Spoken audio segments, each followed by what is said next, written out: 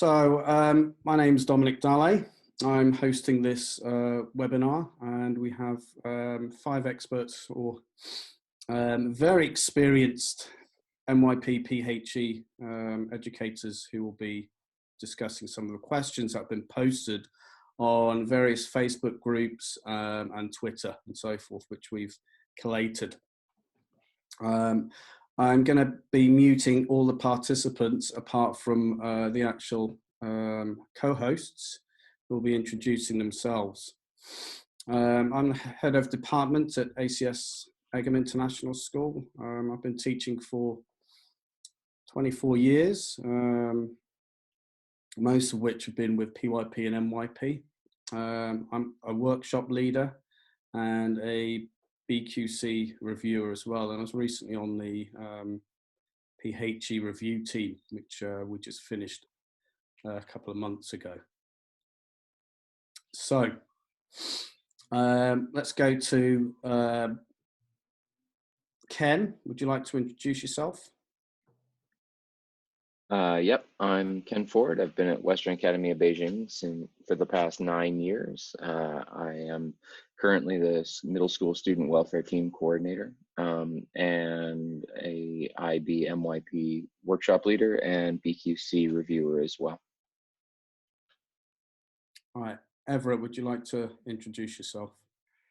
Yeah, my name is Everett Hill. I'm at Qingdao Amerasia International School in Qingdao, China. I'm the head of department. I am also the Services Action Coordinator and Athletics Director here. This is year 20-something plus for me.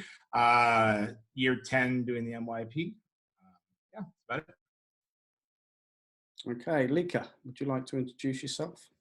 Hello, my name is Lieke Burghout-Lemmers. I'm originated from the Netherlands, but now living in Germany, in Düsseldorf. This is my 19th year of teaching and also 19 years in the MYP. I'm the head of department at this school, and unlike the other guests or the hosts here, I have nothing really to do with the IB. I'm not a workshop leader, and I don't check for curriculum. I'm just trying to survive it. And Darrell, would you like to introduce yourself? Certainly. Greetings all. I'm the MYP coordinator at Lund here in Sweden. Been involved in the IB for over, I think it's about 12, 13 years. Like I said, MYP coordinator, workshop leader for PYP and MYP, field rep, former senior moderator, review member, BQC. And I think it's this opportunity to work with this group of educators is a really enjoyable conversation. We get to a sharing of the minds, and also hopefully our discussions will help you who are out there right now facing this current situation. So thank you. And we also have Remke, who's just joined us. Would you like to introduce yourself? And that's the beauty of online, trying for 10, 15 minutes. Just in time, just in time. I know, perfect. My name is Remke Langadonk. I'm at United World College, Thailand, in beautiful Phuket. And we have been now in quarantine and in lockdown since actually February already. So we've been going for quite a while. I'm the MYP coordinator at our school. I'm also the MYP PHE teacher together with others.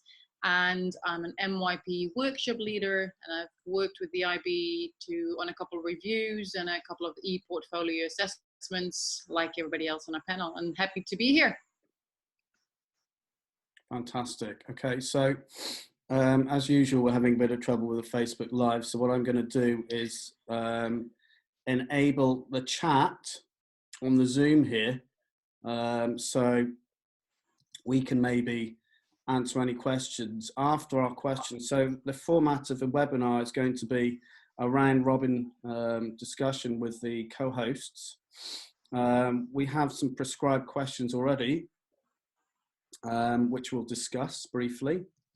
And then maybe after each question, we can go into some dialogue.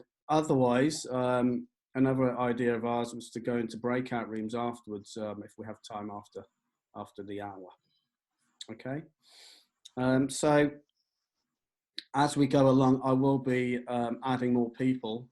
There's 43 people now participating and watching. Just had a flick through.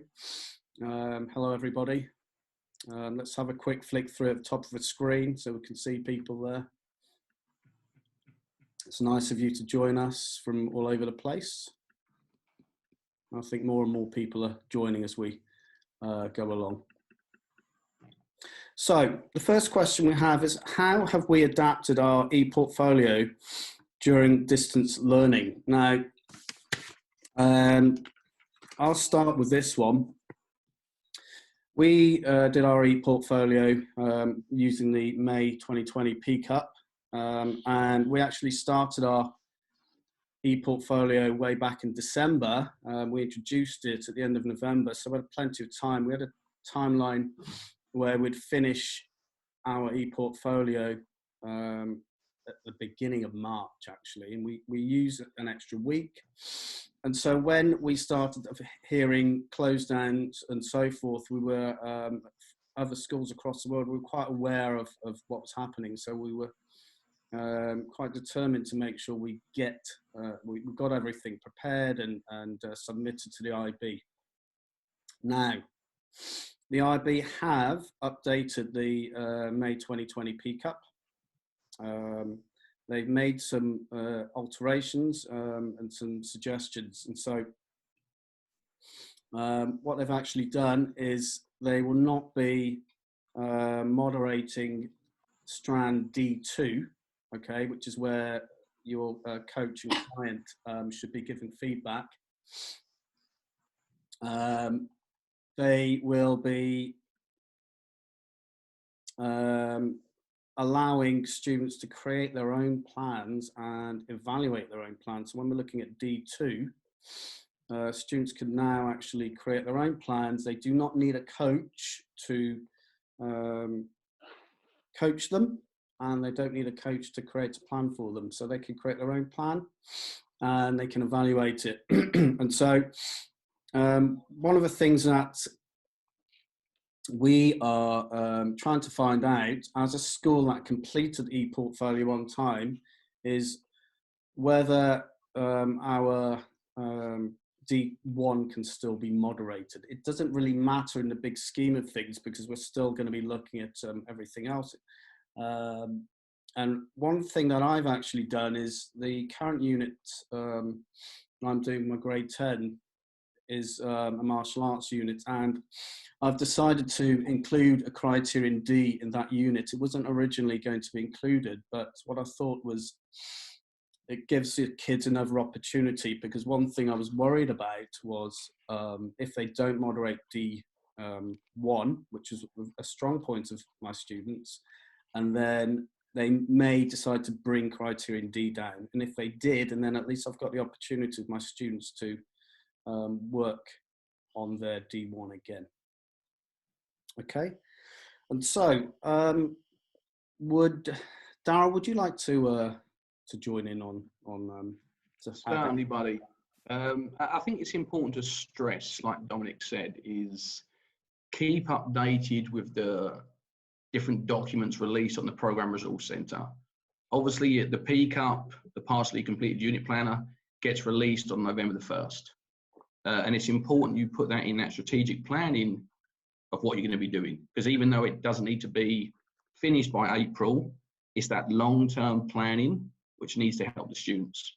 I would also say, for those that have done the ePortfolio during these times, spend time now. I know you've got very, very busy schedules, but reflecting on what you've achieved, what worked well, but also what was your challenges, because no one can predict the future.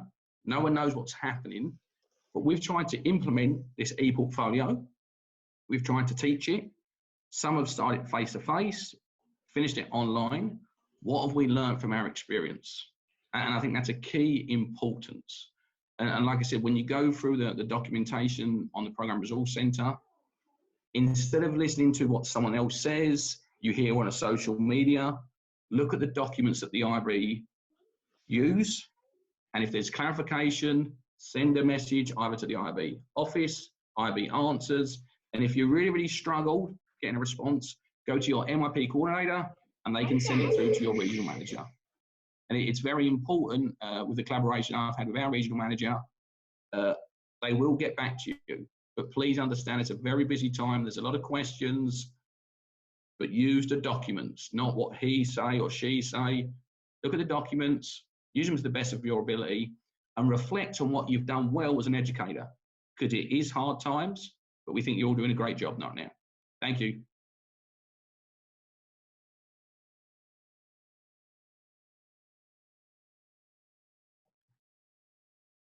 Muted, Dom.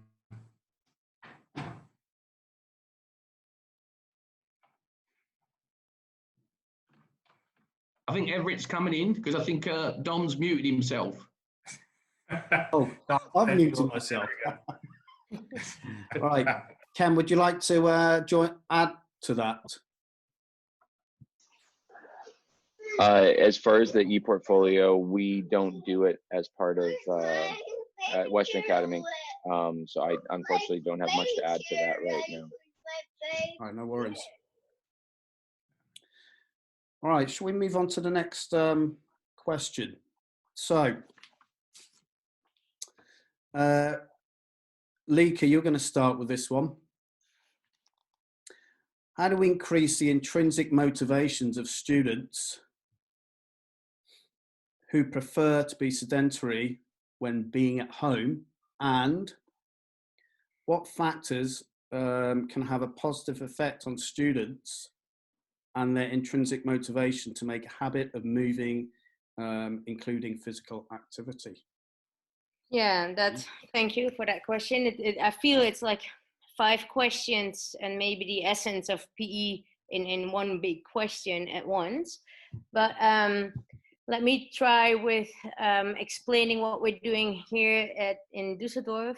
Is when we found out that we were going online, we were given 2 days to prepare ourselves for this. And me and my grade 9, 10 teachers, we were thinking, we first made a document, like what could be the stresses, what could be all the things that our students, our teachers, and everyone is coping with. And when you understand the stresses and when you understand maybe the mindset of the students a little bit, then you might also understand what you can expect from the students. So I know, for example, that I didn't want to bother them with busy work, but I did want to make sure that they would understand all the aspects of health. And even though I've fought the letter H in the MYP PHE a little bit, I now fully understand why the H is between the P and the E, because I've really used the H, the health aspect of it, quite a bit during this time when we're not seeing our students face to face. So how to motivate them is we created a reflection document. Instead of going fully synchronous in our teaching, we are asynchronous, meaning that we, when it says on the schedule, this is your PE time, we check in, we use Google Classroom, so we just say, please say hi, and I'm going on a workout, I need to Zoom with you, I have a question. And then we know at least that the students are present. We introduce, every week we have a live meet up with our students, but the rest of the time, we are working on their individual documents, asking them questions, connecting with our students, keep on having the conversation alive so that they know that they are being cared for. And I feel that if the students understand that they're being cared for, and that they will also move a little bit more. So when I see on the overview that they've been only moving for 10, 15 minutes that day, I'll ask them, oh, maybe you can add some more movement to the day. I don't go, whoa, you better move faster and quicker and harder. I just say, maybe for your well-being, you need to add some more minutes. Have you looked at our playlist already? Find something for you to do. And always come from the perspective or from good intentions from the students. Some are very panicky, some are not even in the same country that we are living in now. Some are having lots of stress because parents are sick or they are in a high risk group. And we need to be kind and efficient with them as well. What we also do is we we try to educate not only our students, but we'll also try to re-educate the parents of our students.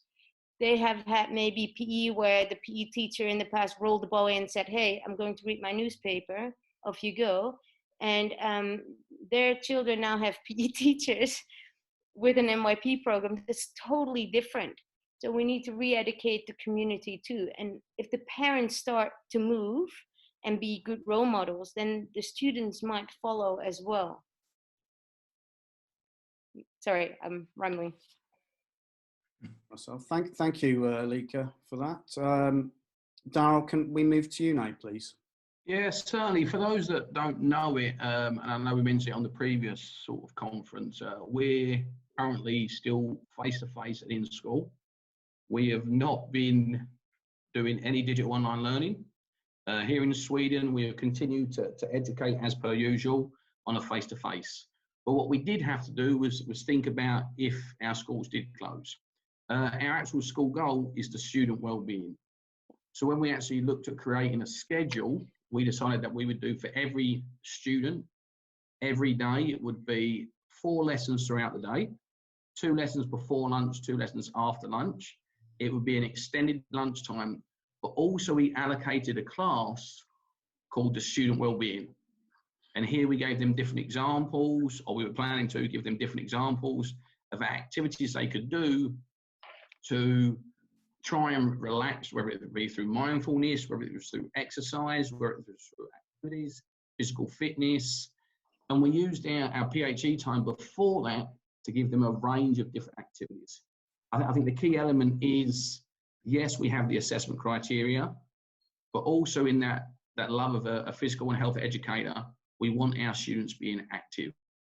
And obviously, depending on your context, where you're living, what's available, we need to keep people active. And I think that was one of the key elements which we thought about is, yes, some of the other subject groups had more time as far as digital learning, but from the aspect of the aims of the PHE guide on page 7, what can we still offer during this digital platform to explore the aims? And I think, again, if you use that approach, not only just through this time, but throughout the year, we always try and motivate our students for the love of PHE. What did we do before this? What can we continue to do? And what we will do when they get back? Because I think that's going to be an interesting element. They've been sitting in some countries, I think from Everett, from January the 6th. What's going to be the approach from the PHE teachers when they get back to school? Because they've had maybe some of them physical fitness. So how do we approach that? And what are you doing as teachers to get ready for that planning? All right.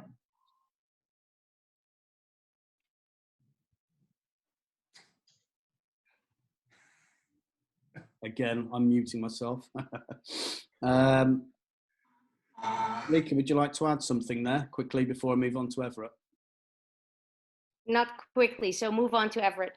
Okay, all right. Everett, would you like to go? Yeah, as Darrell said, we had an odd break this year, and we've actually not had students in school since January 6th. So we left January 10th. We had conferences the 7th and 8th, right around that. Sorry, frame's getting a little foggy. Anyways, in January, we went on a 4-week break in conjunction with Chinese New Year, and we did not see our students since essentially the first-ish week of January till now. And they've been scattered around the world. We have Chinese students that are here that have been locked in their houses, who were locked in their houses and just been able to get out for in excess of 8 weeks. So we've had a real kind of unique situation. Ken has up in Beijing, they've had a very similar situation. Small houses, small family space.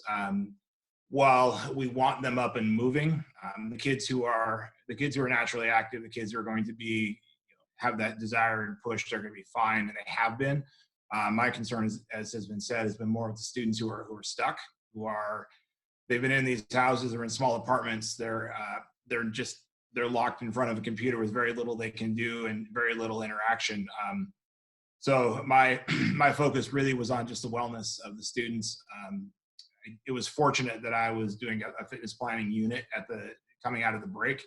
So I quickly shifted it to, from fitness planning to a wellness planning. And we really looked at what does a normal day look like for you, and it was kind of a fascinating look into their lives of, you know, our assumptions of what their school should look like and their assumptions of what school should look like, and the reality of it.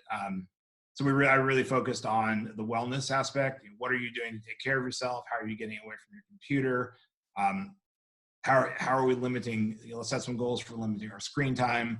Let's set goals for getting up and active and moving. Excuse me. And then we also had them reflect on that. I had them reflect on that. So they were getting some sense of what did their last week look like. There was a requirement to connect with friends, doing fitness activities and tracking that. So they're having the social interaction because, you know, as much as they're able to online. And the majority of the students have been engaged and been involved. It is not ideal. It is not what I would call PE in any stretch of the imagination, just because because of all these limiting factors here in China, you know, the concern over you know, the coronavirus, the concern about going outside, the limiting factors for them, everyone all over the world. Also, we're developing school in this area for physical education and athletics, so movement isn't a natural thing for some of our students. It just isn't what they do, and we're trying to build that into the culture. So we're getting there. But what I'm looking forward to, as Darrell was talking about, is when we come out, which we're still crossing our fingers that it's here soon, because China is opening up, is what do we do then? How do we address the social emotional needs? How do we address these kids who have been locked down for 10, 12 weeks? They've been gone from school since January.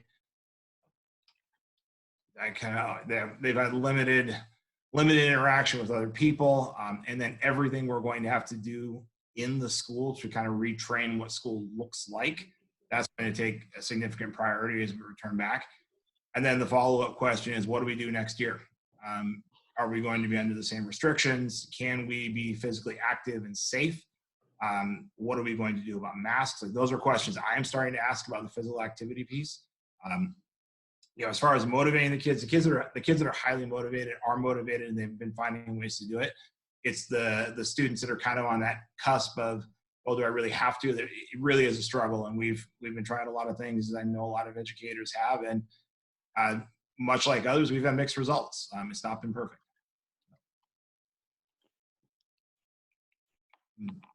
Thank you very much, Everett. Can we move on to Remke? I'm just going to unmute you there. All right, good. Yes, I'd like to take that a little bit. And of course, motivation is the key factor. One of the approaches that we've taken in on our school, and it's a little bit to build on what Lieke actually has started, is that we're now in our second unit of online learning. Our first one was a finish off of a movement composition. And then we started to look at, simply because the situation was not going to go away and we're going to be in this situation for longer, to look at what is the key of our subject and what's the most important factor. And as we all agree on that, that's staying active in now our current lifestyle. So we've created a unit about the importance of staying physically active, but more linked to how our brain is actually functioning and what physical activity is actually doing with our brain. And by posting that statement of inquiry out to our students, they've actually taken it onto their own little journey. So the grade sixes really wanted to find out what does it mean to have a healthy lifestyle? How much do I need to stay active for a day? The grade sevens were really more linked into that. So, okay, how do I motivate myself? Why is it hard to motivate? So really starting to look at the factors of motivation. And the older students are actually looking more into the side of your metabolism. So how do I kickstart my metabolism? What's a good way? What is dopamine? What is its function? So the students have actually started to drive this unit themselves. And what we do in order to keep them students motivated is that we keep a log. It's a daily log that students have to fill out, and where they have to record their sleep pattern, but also their physical activity pattern.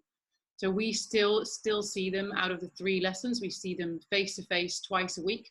And we engage them with a physical activity straight away for about 20 minutes. And it's always like a bit of a HIIT workout to get the heart rate pumping and the oxygen flowing.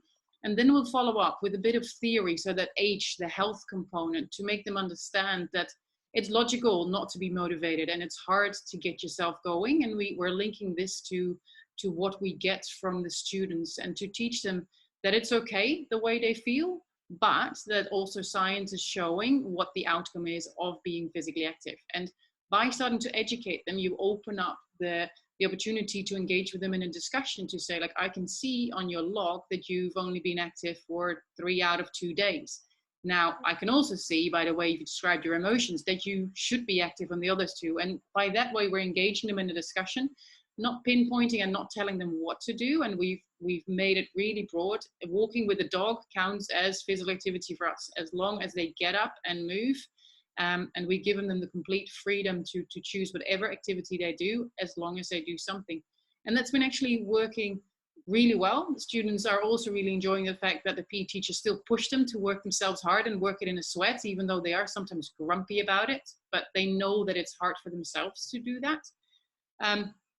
But what we've also done is that we've linked it actually with our homeroom teachers teams, or with our mentor and well-being team. So if we see that students are falling through the crack, then actually this log is also something as a point of a referral to, that we will tell home the importance of physical activities.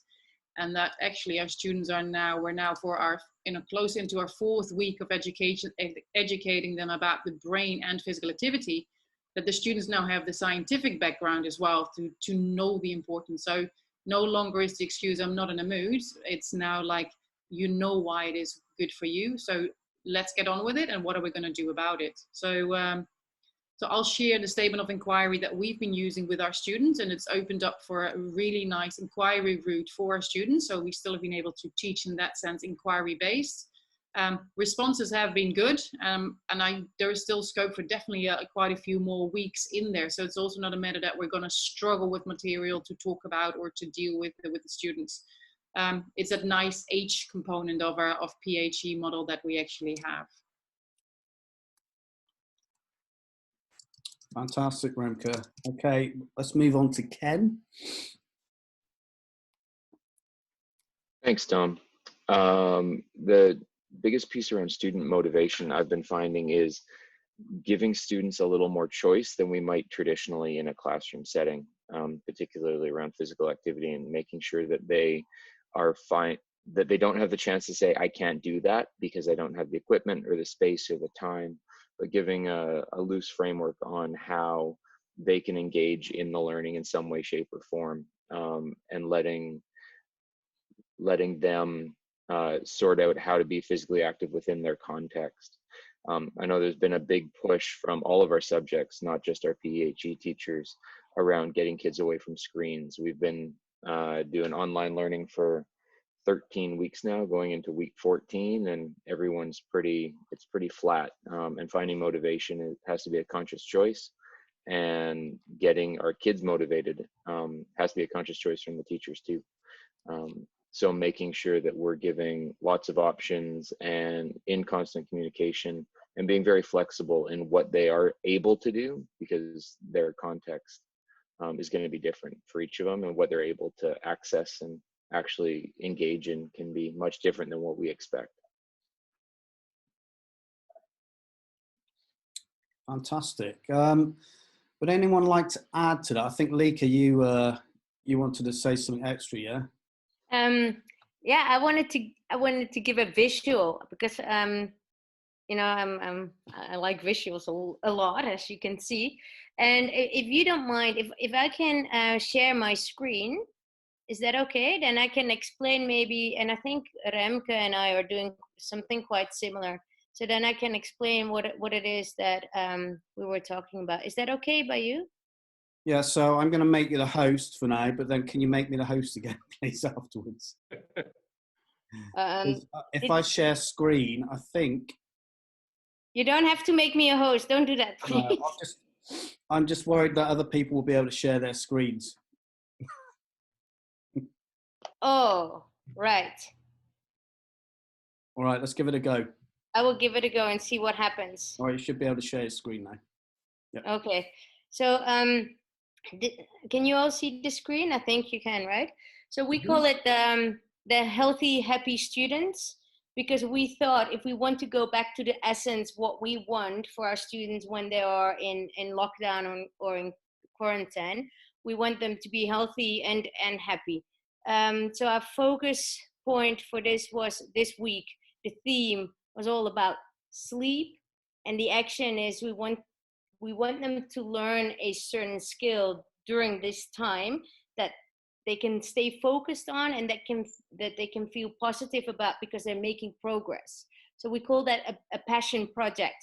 And it could be any skill. It could be juggling toilet rolls for all I care, but it's their passion project, something physical.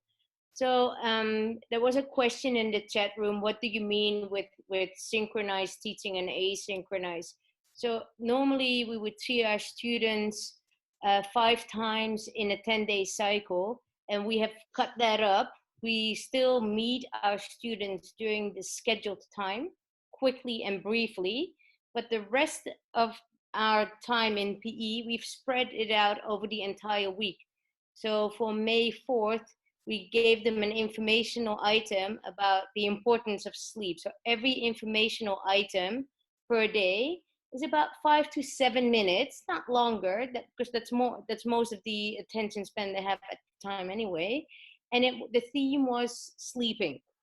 Last week, the theme was the relation of vitamin D and your immune system.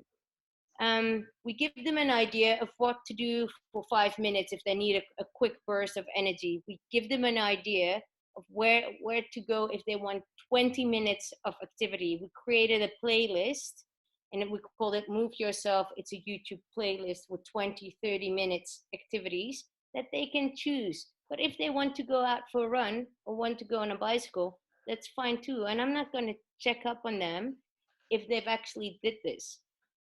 We also thought that mindfulness would play a key role once they are at home without their friends and stuck with the family and their house. So this week in mindfulness, we were thinking everything about sleep meditation. We created little screen break brain boosts. So in between classes, because they're online so often, they can just stand up, do a 2-minute screen break brain boost, and continue the learning. And some students, I've noticed that some students, they fly. Like the sky is the limit at the moment. And some students are struggling. So to cater for all of them, we have also created an extend your learning. So this goes way above and beyond, but we have these people that now are thriving instead of surviving. So that's all good. How do we keep track of this? Is every day, this is a reflection that the students, they take their little cross and they say, today I slept for 7 hours. My nutrition is good, hydration. And because we are a Google school, we can share every document with each student, and we have access as teachers to each student's document. So we can also highlight and then ask the student, what do you mean with this? How much screen time did you have? When you went outside, what exactly did you do? So for every day, so instead of having your 4 times 60 minutes PE, it's spread out over the week, so we can really keep track of their well-being.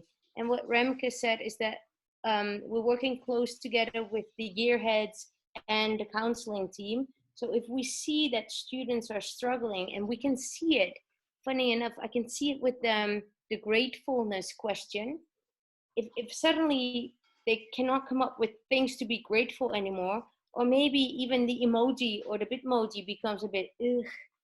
And if that is day after day after day, we email the counselor and say, hey, can you please get in contact with this student? I think we need to check in with this student.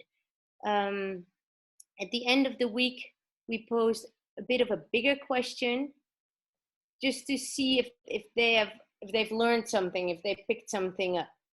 So I just wanted to share that to give people an idea or a picture of what Remke and I were just talking about, how that could look like in real life. I've stopped sharing. Over to you, Dom. Dom, could I, if you mind, can I link on to Lieke and maybe share also my class with them how we structure a lesson? Because having gone through it for a couple of weeks, we found now a kind of nice way to get everybody involved and hear everybody's voice without getting chaos on the cameras. So if you don't mind, I'll do the same, and I'll show you a little bit like how we are structuring our lessons to make sure that it's clear for student and there is a nice way of having everybody engaged. Yeah, please go ahead. Yeah. Oh, it's asked me to, it doesn't allow me to share my screen just yet. Let's see if it's, okay, it won't let me share my screen. I need to quit at Zoom in order to allow me to share my screen. So let me then talk you through instead a little bit. What we're doing in our class is that we have a slideshow, a running slideshow where we build on every single lesson. So that's shared one with the kids. And in that slideshow, we often simply use tables. So when we post a question, for example, we're posting out the statement of inquiry. I'm asking every child to claim one box in the table and put their answer in there. So every single child will get a voice, and their thoughts for every single child is actually visible to me, but also to the class. So that opens up a little bit of a discussion. So if we talk about what else would you like to find out, every single student will have to fill a box with something else they would like to find out about the connectivity between being physically active and the impact it has on my brain or on my well-being. And we keep that rolling. So the students have said that they really enjoy it, that because they can go back into the lesson. So even the physical stuff that I take them through is posted in there. So they can go, if they enjoy the work,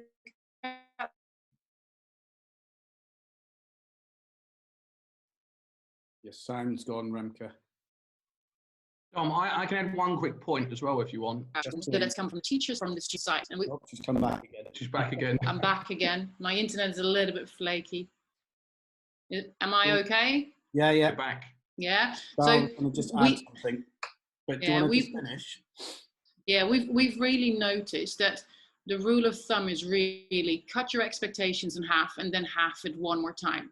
So the content that I'm putting out on my slides for these lessons is really almost a quarter of what I would be covering in class.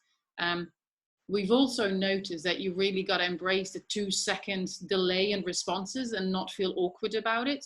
So if you ask a student a question, because everybody in our class is on mute, just wait for those 2 seconds quietly to give them a chance to unmute and come back on.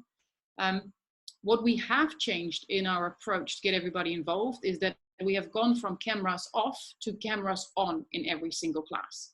And we do not need to see a full face, but we want to see definitely the top of your head, so that if you're moving, we're seeing that you're there, or we want to see a part of your body. So that's something that we went from like, okay, let's keep privacy and let's do cameras off, to after 2 weeks, it was straight away like the kids have found the loophole to log in and then walk off and go for a drink and come back at the very end. It's now cameras on in every single class. And that's been very useful. You can even still coach the students right through the class to see if the intensity is not great enough or you want to push them a little bit more. But moreover, you can see their facial expressions if they are okay, and then flag and follow up. So another tip that we are doing always as teachers, it's a rule within our school, is that the teacher is the last one to log off, which means that you can ask one student to stay behind to still engage in that one-on-one conversation if you're feeling that something's up, but it also allows a student to have a one-on-one chat with you if they feel they need that time. So just a couple of tips and hints to keep students engaged, and as long as they feel really connected to you and still to the school, it's working quite well to still keep them motivated and follow your lead. Thank you. Thanks, Remke. Ken, I think Ken's going to have to leave, I'm afraid. Thank you so much folks, for coming in on this. No, my pleasure, folks. Great to hear everybody's thinking. Take care, buddy. Cheers. Darrell, would you like to continue? Yeah, I just want to say I think it's two great ideas there shared from our two colleagues. But I've been a lot of questions have been posted to me on different forums that schools that are still being told they need to assess, what are they doing for the different criterion? And I would say for criterion B, what we've started to sort of trial with our students, which we've done previous years, which gets back to the motivation, is give the students more ownership, make it more authentic tasks. So instead of just creating a fitness plan for the coach or the client or themselves, consider developing a fitness plan that can be used for your community within the context of your living at home. So if we did in Sweden have to go into a 4-week lockdown, how can we plan a fitness performance for our family? And we're not talking a 2-hour session, just a 10-minute session, still looking at the different objectives of criterion B, where we're planning, designing, explaining, justifying, But if you give the students ownership as a responsibility to their family members and think about their client again, that can still be assessed. And of course, some schools have said, right, we don't need to assess anymore. The IB have said, don't worry about it. But I know some schools have said, please help. We've got online, what do we do? Criterion B is a tough one. A, we can do, we've got enough C, what about B? So again, it's keeping them motivated and giving them the ownership to say, this is, you know, a grass task, real authentic learning experience. So I think that's just a good tip to follow up from the two ladies about being that student well-being, looking at the affective skills. But if you have to assess, how can we modify the assessment task, still meet the objectives, and still give an assessment judgment on the evidence of the documentation that they're submitting? Yeah. And to link on to Darrell right there, is we've gone one step further, and we even said, like, try to move away from the big summative tasks, because we found that students are struggling to master the big steps at the end. And we've gone to taking it into small formative pieces, but to consider the formative pieces for their grading instead. It's almost like their homework or the smaller formative pieces become the building blocks of their grade towards the end, without that big piece at the end at the moment. And that's been working across subjects quite well in our school and in our setting. So every school is different in their approach. But to follow on from what Darren said, if it's also good to have that assessment still at the end to make sure students are doing their work. It's a little bit that stick that you need to have sometimes. And I would agree with that, totally. Just one final thing, Dom, as well. I would recommend for those that are listening, if you have questions, ask your MYP coordinator. Obviously, they shouldn't be updating the assessment policy, but even though we updated an assessment appendices, just where we gave some more clearer guidelines, so the whole school was following the same understanding, where it shouldn't be one teacher's doing this, one teacher's doing that in PE. You have consistency. Updated assessment appendices, spring 2020. You have the document in place. So if this does happen, which I hope it doesn't again, this situation, we still have the process of the planning and the understanding already. Yeah, I totally agree with all of that. It seems, I'm not going to say too much more because we're doing a lot of similar things to you guys. With the formative assessment tasks, we've now sort of developed them into proper units, but I think it's really important to keep up some form of assessment so that the kids are still motivated to actually try to complete something, and they know that they've got an aim. Obviously, it's better if you break your tasks into formative chunks, and so what we're doing is a live Zoom at the beginning, which is beginning of a week, and then later on in the week we actually let them get on with the task. We're doing breakout rooms for students to collaborate and so forth, and so that because they really need that connection with others and so forth, and then checking in with them as well to make sure that they are getting on with things. And then we're actually asking for most of our units for students to submit some form of video or evidence of their of the task that they're doing. So, and I'll maybe elaborate a little bit on what I'm doing with the in the next question of martial arts in grade 10. All right, so I'm aware of the time. I hope you guys can stay. Maybe this will be longer than we expected. We've got a couple more questions. The next question we're going to move on to is, how can we create an aesthetic unit during distance learning, and obviously assessing criterion B with that at the same time? And I'm going to start with Darrell on this one, if you don't mind.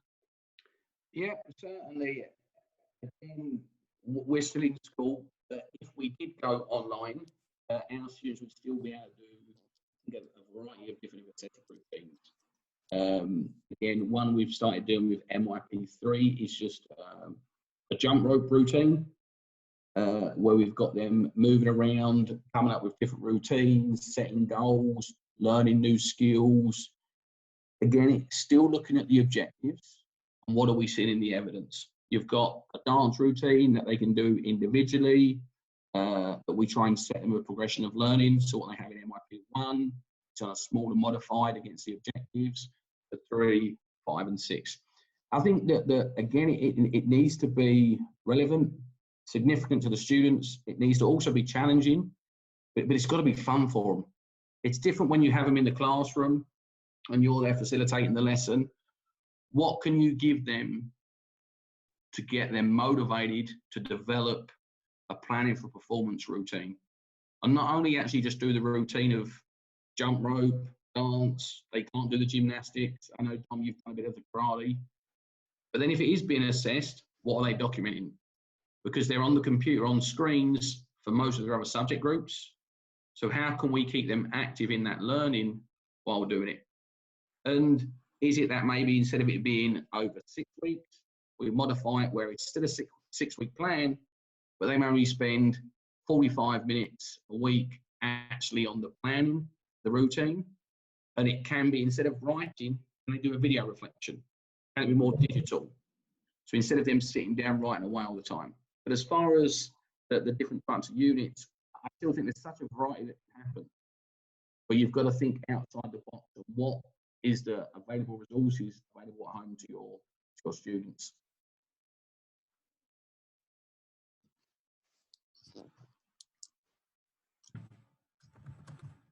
I keep doing that. Let's move on to Everett, please.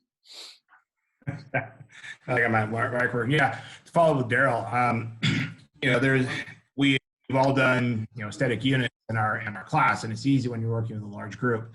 In an ideal world, we would continue that online. However, you know, some kids have more access to other people than others. Some people have a certain set of skills that others don't. You know, flexibility is a big piece in this. We actually finished our aesthetic unit right before we went on break. But thinking back on it, you know, we have, you know, so many options you can do now. You can do individual routines based on student interests at home. Some students are interested in yoga, or some are dance, or some are jump rope, or some are gymnastics. We've got individual specialized dancers in our school who would do specific styles of dance, which, you know, is great. And really, flexibility is the key here. You know, when you look at the criterion B, it's about planning, and it's about setting that plan up and then following through on it. So it is nice also with technology. For example, with our younger students, or even some of our older students, you could engage the family. TikTok is really big right now. While we may have certain feelings about it, it could be an accessible piece. We could use that. We use that as a piece that we've got. We can, for kids who need a little guidance, that's an easy way to do it. So it's not so much how we do it; it's allowing the flexibility of our students to do that and understanding their situations. You know, and if it's not focusing on the skill development, allowing them to use what they can do, and then and then engaging their family. You know, and just simply using the internet right now. That's and all the different things that are out there. What families are doing, TikTok or YouTube videos or fun videos. You could even potentially, in this particular situation, delve in kind of more artistic activities where they're creating a plan to put on a short performance for you with their family. But it's really a lot of just flexibility. And how to kind of making it work. It's not ideal. And as I think it was Darrell that said early on, when we finish this, and as we're going through really reflecting on it, on what we did, why we did it, and was it effective? Is it something we can use in the future? Is it useful? Was it effective for the students? How did the students feel about it? Because I think that's going to be important as we come out, is, you know, not just now, because some of this still is, we're still somewhat in survival mode, even though we may have been doing it a while longer. What is it that's going to come out of this? I mean, nobody expected this. As I was talking to an administrator this year, I was talking to an administrator tonight. She said, you know, I planned for everything but a pandemic. So, you know, this is where we are. Being creative, looking at thinking outside the box, which this really allows us to do. What can students do at home? And just ask them, especially our older students, our younger students, the MYP 1s, 2s, they need more guidance. But our 9, 10s, ask them, you put it out there, what if you need to assess it, this is what we need to assess, this is our criterion B, we're going to plan it, we're going to reflect on it, we're also going to work on interpersonal relationships. How can you do that? It's a good question to ask. And they'll come up with some really good stuff. As Remke, listening to Remke and listening to Lika, there's some great stuff coming out of our kids. So allowing our students to have permission to do that, I think is a really powerful piece right now that we sometimes forget. We don't have to direct it all. Yeah. All right, thanks, Everett. Should we move on to Remke, please? Sorry. I think just to follow on to that, we've done 2 aesthetics units straight away at the start. We've done a yoga unit and we've done a jump rope routine unit. But the key is to be easy and gentle on your students, and also to be on yourself. Like, we had big plans with a jump rope routine that they could move into space and still use space in their aesthetic performance. But if your kid is stuck between a bed and a cupboard, there is not much space there we can wiggle, and we're happy that they're actually being able to rotate the jump rope. So in that case, you've got to be flexible in your thinking. You assess them. We've assessed them according to the normal criteria, but taken it with a bit of a grain of salt in this case, that they're not always able to do things to the best of their ability. Things like a jump rope and a yoga routine are easy setups. Another lesson that we've learned, if you want to still incorporate a little bit of teamwork and feedback to each other, is that there are so many tools out there that are great use. A Flipgrid is a nice tool for uploading and sharing videos, where students can see each other's videos and where you can look at still giving each other feedback. So we've just, for example, asked them as a formative to upload a performance and then given them 2 names of other students in the class. They had to give feedback, positive feedback, to the others in the class. And from there on, they were building then the summative again. Now, when you get to your summative, you've got to be super specific and tell the students that no cutting of material is allowed, because that's what happened in our case when we had awesome jump rope routines being handed in. And once we spotted it very carefully, it was actually edited 3-4 times. So these things do happen. Be prepared for it, but be gentle on yourself and be gentle on your students in that case. We're all learning as we go. Cool. Thank you, Remke. Lika, would you like to add to this last question, and then I'll add my thoughts as well? Yes, because we knew that the school closure was coming to us, we had 2 days to prepare. And behind me, you see posters, which I prepared for my department, and 2 members of my department had 1 day to write their credit for grade 8, an entire unit for criterion B. So I've guided the questions, and we had good conversations. And the moment that the school closure started, these 2 teachers with their students were able to do a fully MYP worthy e-learning experience. And I think it was Everett who mentioned TikTok. And yes, TikTok is big. And it's relevant for our students, and they love it, and they are motivated about TikTok dances.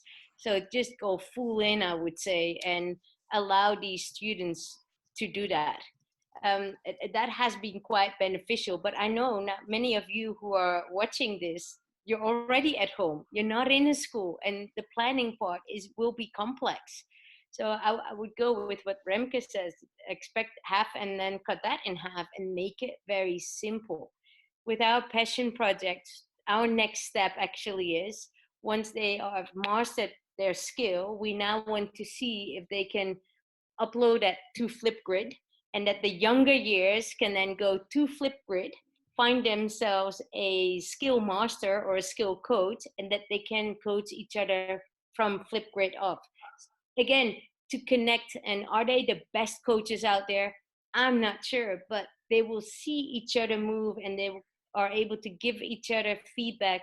And we will start school again next week on a 1.5 meter distance. So Flipgrid probably makes people get together more than when we see each other face to face.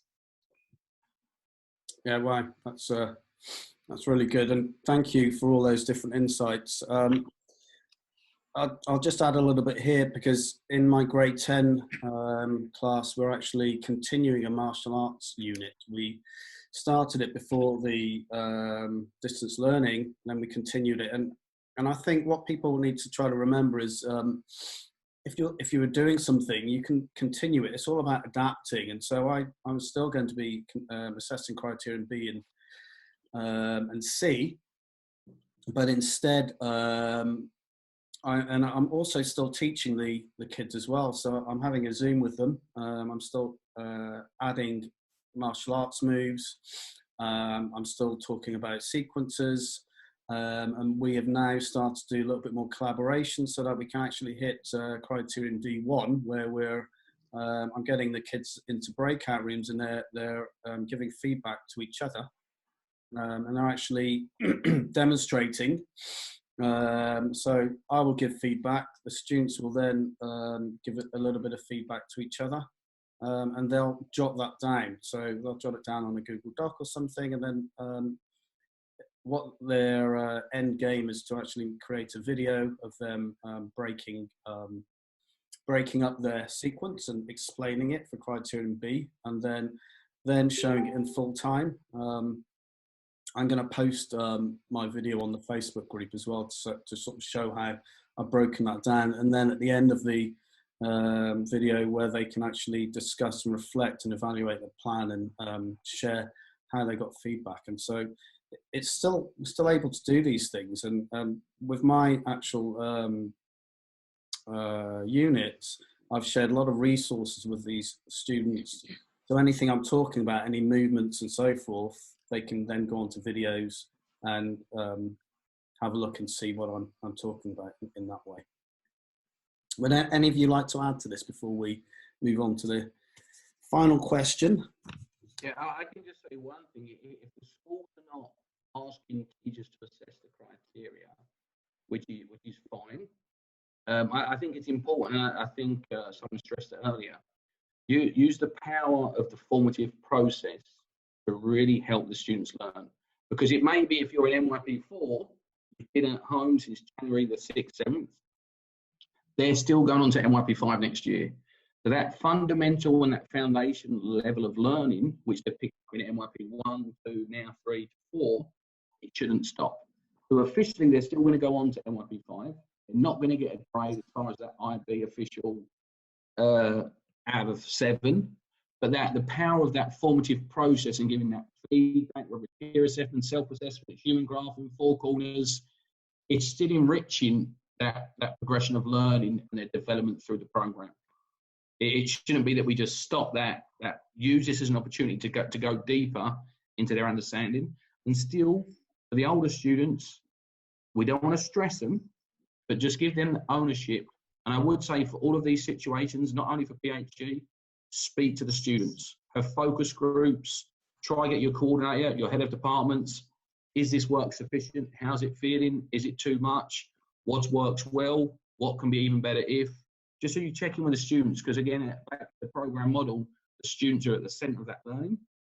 Everyone's an individual. How can we ensure that they're still learning, but not feeling too uncomfortable about their current situation? Cool, thanks. Thank you very much, everybody. Right. We'll move on to the next question. I'll try and put some context in. So what are the adjustments to your scope and sequence or your long-term plan for MYP PHE for the next academic year if school starts again with distance learning? And I know Everett added to this. Is there going to be a focus on mixed learning, so maybe where we're actually in school for some things and maybe face-to-face and so forth? So Everett, would you like to start with this one? Sure. I'm right now, like many of us are, we're trying to figure out what happens next. We had an inspection at our school today, which hopefully will allow us to open soon. It was I think our final inspection, which is kind of a big deal. So we're, perhaps on the clock for returning. Question is, what do we do next? And it really is two questions. The first is a short-term one of when I have my students back in the classroom and I have to and I'm teaching with masks on, and I'm teaching with 2-meter distancing and minimal, a maximum of requirements for for what I can and cannot do, and really limiting factors. How do I manage that, and what's important to teach between now and June? And then in August, when they come back, what will that look like? And at this point, I'm going to assume we're going to have some version of a mixed platform class where we will have students that are present in the class, and we'll be doing some online stuff. And actually, I had a conversation with my administration yesterday of we really should look at that. We have been using online teaching. We've been using online structures, technology. So for me, as I start to look ahead, it's more about how do I really access that with my students more efficiently in the future. My units are definitely going to change, and right now, honestly, I'm a little bit all over the shop with that, which is fine, but it really has shifted my thinking more to the health and the wellness, just for many reasons. Being locked at home, this has really driven home that point, that the importance of, as was said, the health component is a critical part of our program. And I know I don't have enough in my curriculum. I need to integrate it more in. Use of technology, the proper use of technology. There are things that other parts of the school can do better. For example, design technology, or people that do more with teaching computers. But for me, it's the wellness, the balance. How do we get away from our computer? How do we monitor our social media? The bullying aspects, which we can bring into the wellness, isolation, self-care, all these things that we need to integrate in, which, sometimes we get caught up in those traditional units of, physical activity, fitness, sport, dance, and then human sexuality, or maybe wellness as an isolated component. So for me right now, I'm really rethinking how do I, especially at the beginning of the year, how do I front load some of this in case something happens? We continue to hear in the media there's going to be a second wave. So, but managing that, but also how do I best serve my students on things like assessment? Right now, I'm really rethinking is, the unit structure we have, is it for my older students, especially, the best way to assess the students, or can I provide more flexibility for my students? Some of the ideas like front loading information, like we've been doing a lot more front loading with all of our units right now, and it's been really effective. And I think Dylan, not sure where he is, but Dylan pointed out the teachers have front loaded information, the students are completing things, they're having more time and flexibility. Being more intentional with those things. I feel confident in where I have my criterion placed, but I think it really is forcing me to rethink my content, and how I best present that to my students, what the best platforms are to present it. As Darrell said, I'm doing a lot of reflecting right now, which is going to drive those decisions for next year with the technology I use, with the teaching platforms. How do I provide integrated instruction where I can present information in an efficient manner, so we can maximize our time, where we have those integrated discussions. We're in the classroom, we're on a Zoom or a video platform presenting, but really trying to think forward, and even a couple of years out. What does that look like? This is a challenge for all of us. But what does it look like in a year from now, when I have had my students in class? Things have leveled out. I've had my students who are using technology. What does my classroom look like in a combination of using technology, direct instruction, a variety, classroom content, and just structure, even, so that my students are best served? So if something like this were to happen again, they're prepared, and they're better set up as individuals for the future. And I think that's really kind of the powerful point, is taking what we've learned from this and moving forward. And it's forcing all of us to really have those questions. I don't have great answers to that. I'm not gonna say I'm an expert or I'm an amazing forward thinker, but it's definitely forced my thought process to really think into the future and accessing a lot more technology that maybe I haven't done as well with in the past. Cheers, Everett. Thank you. Can we move on to Remke, please? Sure. We do not know when we go back. Being in Thailand, that's a little bit unstable. It could be next week. It could be in September. So we're just trying to keep up. But it also means that we've decided not to put too much energy into things that are out of our control at the moment, because there's so much else to deal with. At the moment, for moving into next year, we haven't made any drastic changes yet. We have decided that the importance of interaction and how we deal and relate to each other is still key important, and we do want them to stay physically active and engaged. But as Everett said, like a critical look at our health units to make sure that we're actually covering every aspect of it, of what is important and what is key for our students to know, is definitely a part of this current process. So as I said, the current unit, what we're looking on for the importance of physical activity, but the importance related to your brain and your concentration and how we function, is definitely going to take a bigger role. And whether that's going to be something to kickstart the school year off straight away, that's still something that we're looking at. But it is definitely a thought that we're currently playing with, simply to set the tone for proper study habits, the importance of taking a break and the importance of staying physically active, even when you're mentally tired, etc. So nothing set in stone yet, but everything is open and still to be discussed. Cool. And let's go to Lika in Germany. Germany, they want to go back, you know, the economics, we need to make money here. So the government has decided that all students need to go back before the summer holiday in one form or another.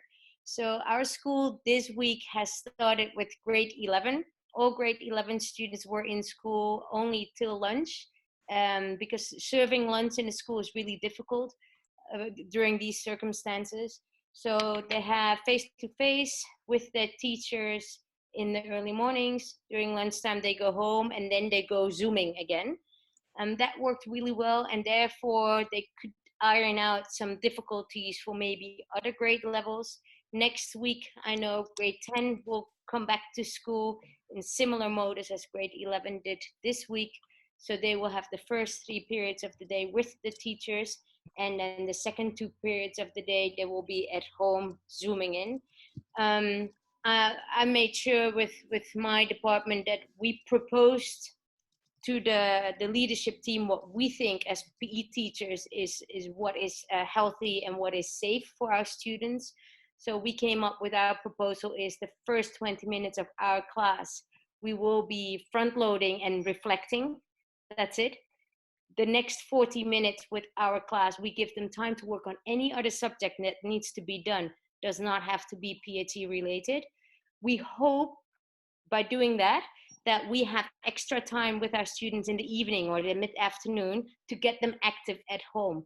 Because we told our administration, we cannot keep our students on a 1.5 meter distance with the face mask, playing basketball, sharing the ball and materials and equipment.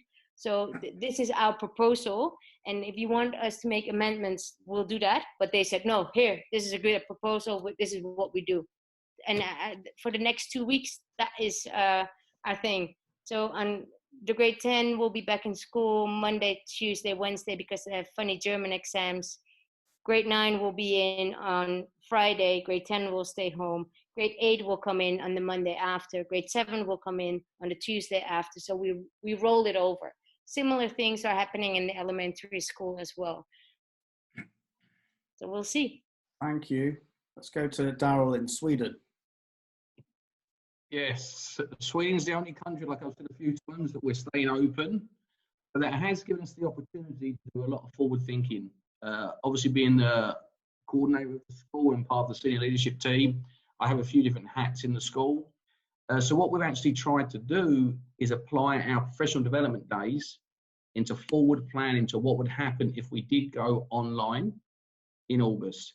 So I've said to the staff, looking at your current MYP units, imagine if we look at the different stages of the unit planner, what would we do differently if it was an online learning experience? Could we still facilitate the inquiry, the units, the action, the assessment? How would that look? We've actually allocated quite a lot of hours into that planning. We've got half a day coming up here in a couple of weeks. We're going to use our June study days for that. And it could be that we don't need to change anything. But doing that forward thinking and giving your departments, the teachers, the time to think about how you can apply still that teaching and learning and looking at the students. Because there is some schools that I spoke to that they went too crazy with online teaching too quick. And after 2 weeks, the students were getting stressed, burned out. The counsellor was on the phone more than ever. We really need to think about our students. So I would say at your schools, speak to your coordinators, speak to your head of departments and say, please, I know we always talk about time. We need more time, but we need more time to think about our planning in a strategic way. And depending on what you do at your school, we have midterm check-ins where the coordinator and the heads of department look at all their current units, updates, give feedback. Now I think the focus point should be for some schools, what's the next step in August, September 2020 if we need to stay online teaching? Or if we go to doing it where it's, like Lika said, in the morning and the afternoon, looking at the learner profiles, keeping that open-minded, principled, balanced, most of all being caring for our students. I think that's a key element.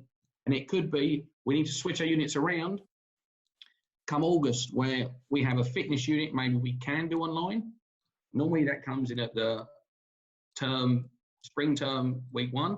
We may need to move it around. So it's being flexible, but always trying to look at it through them different lenses. Through the lens of a parent who's trying to give this guidance at home that some do.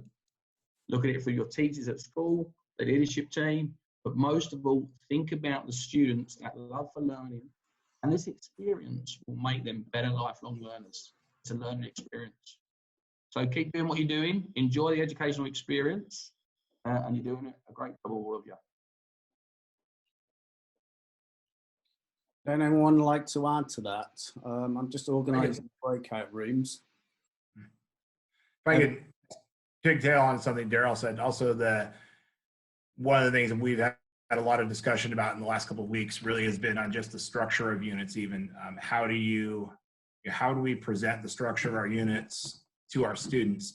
Traditional structure of, or hey, here's the end of the unit assessment. Here's your TSC, but we're going to work on it bit by bit each week, and maybe we have it all laid out. Maybe we don't. Being very intentional about that. Some of our teachers are moving to simply framing the entire unit. We use ManageBack online and ManageBack with the specific due dates, required dates of courses or required dates of synchronous classes and things. And then the rest of it is up to the students to manage, because we're finding a lot of our students we have some students who they're on time, they're in synchronous classes and there all the time, and others are working at different schedules and different timetables, and they're actually functioning better. So really being student-centered with that, but having a hard look at how it looks. We have students all over the world, so that's still part of our problem. I know Ken has a similar issue. If your students are all still in country and still close to you, that's far easier to manage synchronous classes and things. And where I know we have students in Florida, and we have students in Canada, and we have students in England. So we're dealing with that, but really giving a significant or serious thought to how you structure your unit kind of as a unit, laying it out, especially for the students. And because this is not standard school teaching, it's definitely online teaching, and it needs to be structured differently. And it's something that we're starting to give a lot more thought to. If, as Darrell said, we come back in August and we find we have to be online, how we present units, how we structure units, what units we do, those are all things that we're starting to think about. And just working within the flexibility of it, forward plan as much as you can, but really think about how the students are managing that, because we've had we've found success with that, setting it up that way where it's very structured. Cool. Does anyone else like to add before we? So the next stage, some people have posted some questions on here already. What I thought is we'd go into breakout rooms, and then if anyone's got any specific questions, and then maybe we can actually help them or guide them towards anything in the subject guide or what the IB are recommending. recommending right now, or if we've got any ideas ourselves. So I've put each of the co-hosts into a breakout room, and I've named the breakout room the name of the co-host. And I'm going to open all rooms in a minute. I've mixed people up and just put you guys in there, all the other participants who are watching right now. And then after maybe 10 minutes or 15 minutes, we can stop. Yes. So I'm just going to mute everybody again, and then I'm just going to unmute the co-hosts, and then we'll just we'll close it for today. To duck out, he sends his apologies, but he needed to leave early. Not a problem. All right, Ramke and Leaky, you're still there, yeah? You say hello? 1 minute. I'm here. Just to let you know, for the people who are still here, in the chat box, I have shared with you a PDF on like a lesson structure, how we are following it with our grade 6s. We are following a similar structure with 7s and actually our grade 10s as well. So feel free to look at it and to see if it's any useful to you. So we're using Google Slides in this case a lot, combined with Flipgrid and also Padlet as an additional tool. But this is our main working stream when working with students. So feel free to have a look at it and see if it's useful for you. Lika, would you like to say anything? Bye. Thank you for inviting me. See you next time. I hope how did the breakout rooms work? Were they good? Did you get some? I know we weren't too long. Maybe next time we can do. Yeah, they're good. Wesley, yeah, Wesley's saying good. Good idea. I know maybe next time we can do a longer session in the breakout rooms and have sort of less questions. That might be a good idea, possibly. Yeah. All right, it's been a long one. Thank you so much, everybody. Thank you, co-hosts, for Everett staying up, Remke for staying up as well, really late. What time is it there, Everett, now? We're closing in on the midnight hour, my friend. Oh my gosh. Nothing but love, my friend. Cool. I'm gonna close up, and then maybe the co-host, we can just if you want to say anything, we can have a chat on the on our Facebook chat. Yeah. Guys, I one thing real quick. We will as the last time, we will upload this. It was running on Facebook Live in the PE group, but it was only part of it. So we'll get this loaded up so that it can be shared to other groups, so that you can access it. And definitely thank you for coming. I'm not sure what hour it is for everybody else, but thanks for coming, and it's been a pleasure to meet y'all. Fantastic. Lika, Remke. Thank you for the invite, and I'll see you next time. Thank you, guys. I'm going to close the meeting. I hope this was useful, and we're going to share everything as much as possible. Everything on the Facebook group and various other Facebook groups and Twitter as well. Goodbye. Stay safe and be strong.